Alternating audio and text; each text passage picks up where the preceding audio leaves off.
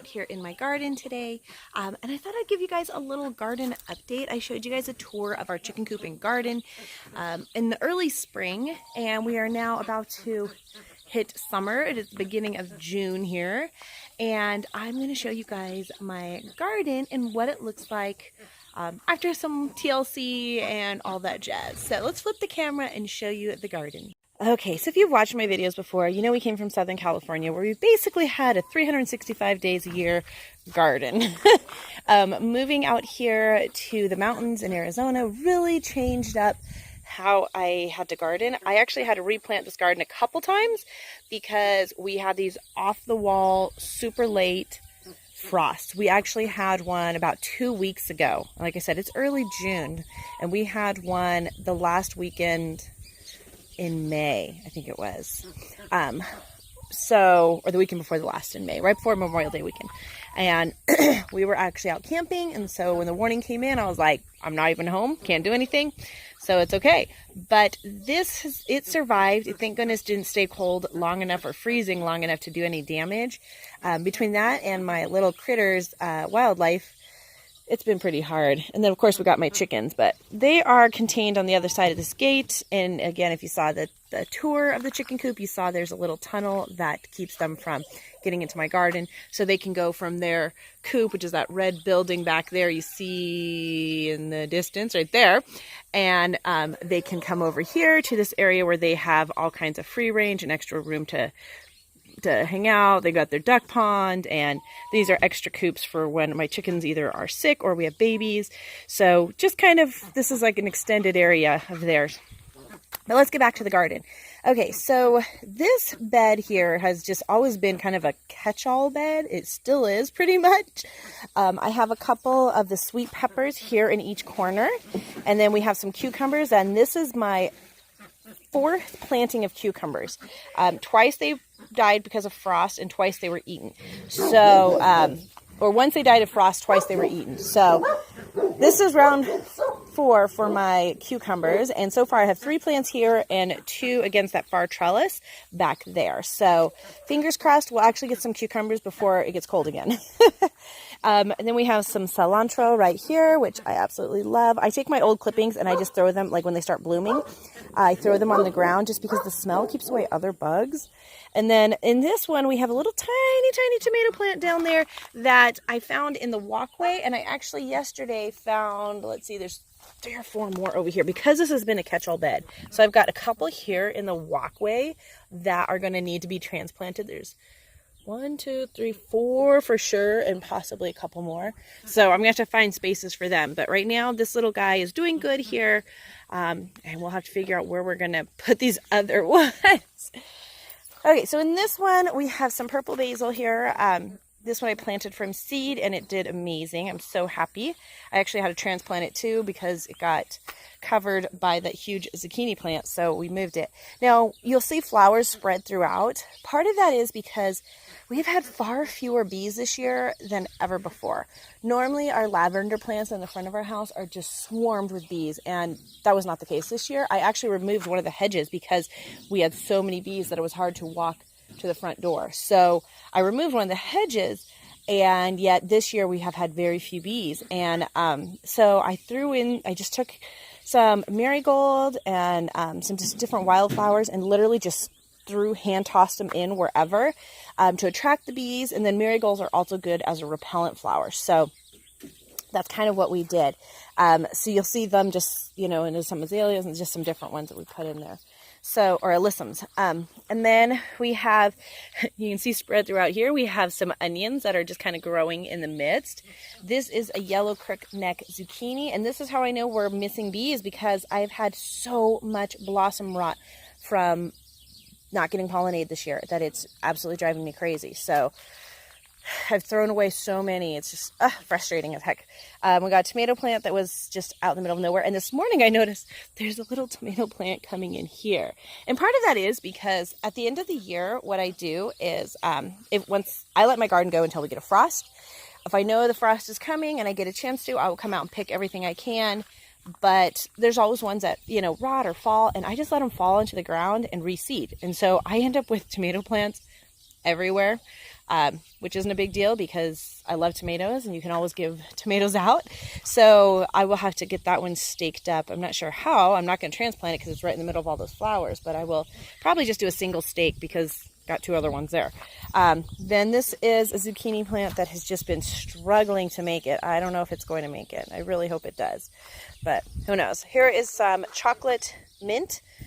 I was looking for spearmint and regular mint, couldn't find it. This was the only mint I could find. And so I was like, I'm going with it. I'm taking it. Over here, we have our tomato bed. I got a little tiny one over here. This was one that I found in one of these other beds, and I just transplanted them over here. And then I planted these 3 in the middle. I bought them as pots. They are doing amazing. We have a Romano, a beefsteak, and 100 cherries, I think is what this one is. I can't remember now. And then this one is, again, one of those, I don't know what it is. Hopefully it's the sun tomatoes, because I had a lot of sun tomatoes. Like, I love them. So this is my tomato bed. I was going to do the, the Floridan staking method, but just didn't get a chance to, and so I just threw them in these towers. I'm not a big fan of the towers, but they work.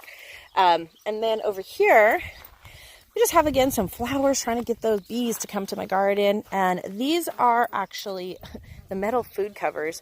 And I picked them up at Ross for like $4.99, which in the gardening catalogs, they're so expensive. And these are metal. Like, these are awesome. And I have my strawberry plants under here because I didn't have them covered at first. And we had a little gopher that was enjoying taking all my leaves and eating them. He wasn't actually eating them. It looked like he was chewing on them and spitting them out. And he actually took one of my plants. I had one more plant here, and that one just disappeared from the ground.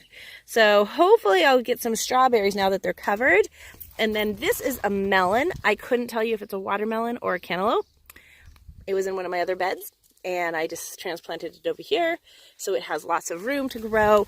I was going to get more strawberries, but then I thought, well, if we have this melon, I might have to kind of like put it along, maybe stake it along the, have it kind of grow along the chicken tunnel there. You can see the chicken going through it right now.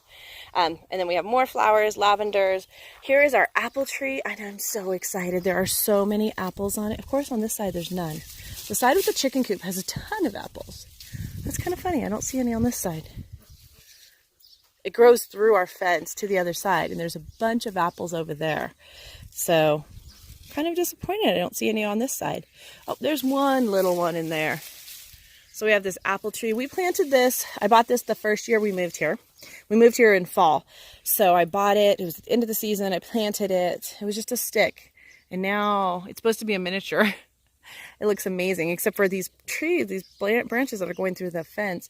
If it keeps growing taller, we're going to have issues. So, don't know. And then we got some basil. This is my Trader Joe's basil. If you've been around, you guys know I love basil plants from Trader Joe's. I had to transplant this one last week because it was also over here in the corner and got just overshadowed by this huge zucchini plant. So I transplanted it into this pot, which I was trying to grow some spearmint, and it just never took off from seed. And so I transplanted it. So it looks a little bit right now, but basil plants pop back real easy.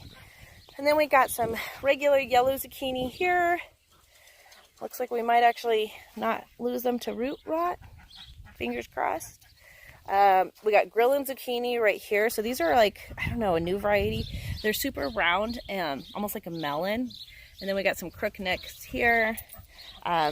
Got some oregano because I just planted oregano, just threw seeds of oregano in here too. And there's actually some rosemary in that other garden. And then there's some bushing basils. Here's some more basil plants right here.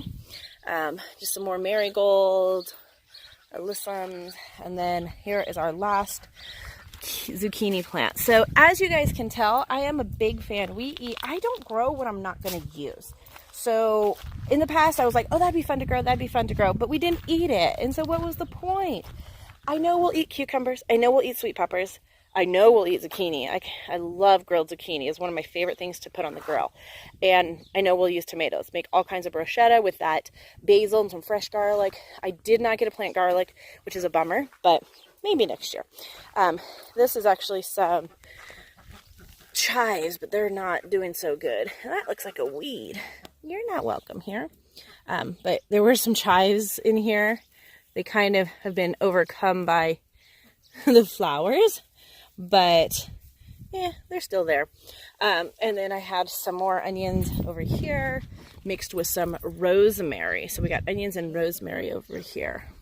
So that's it. I just have it on a easy, simple timer system that I've had for years that I'm surprised it has not quit on me because it's so sun-baked. And then I just took an old hose, put a little splicer in it here, and attached it to some soaker tubes that I ran into these big beds. And then I have big tubing to go into soaker tubes in all my other beds. So everything is watered automatically except for my basil and my mint plant that are in the pots. Otherwise, it's super simple, and I absolutely love having my garden. It's so much fun, and again, it just like gives me an opportunity to have some fresh, good vegetables for the summer, and hopefully we'll get some watermelon too. So that's it. And then we got our horses over there grazing. Couldn't complain. What a beautiful view. What a beautiful day. We got the chickens, like I said, and the ducks all hanging out. The ducks are taking a bath. They're so cute. So can't complain. I absolutely enjoy it. And it's pretty easy once you get it all going. We built these beds a few years ago, and I've moved them around, and I kind of love this layout right now. I might build a bed back here, but I also kind of like the fact that it's in the ground, because for watermelons and stuff, that might be a really good spot. So there we go. I never got a couple of my other pots done. I wanted to get a couple more strawberries put into these hanging baskets here. And I have a couple on the ground still, but I never got to that.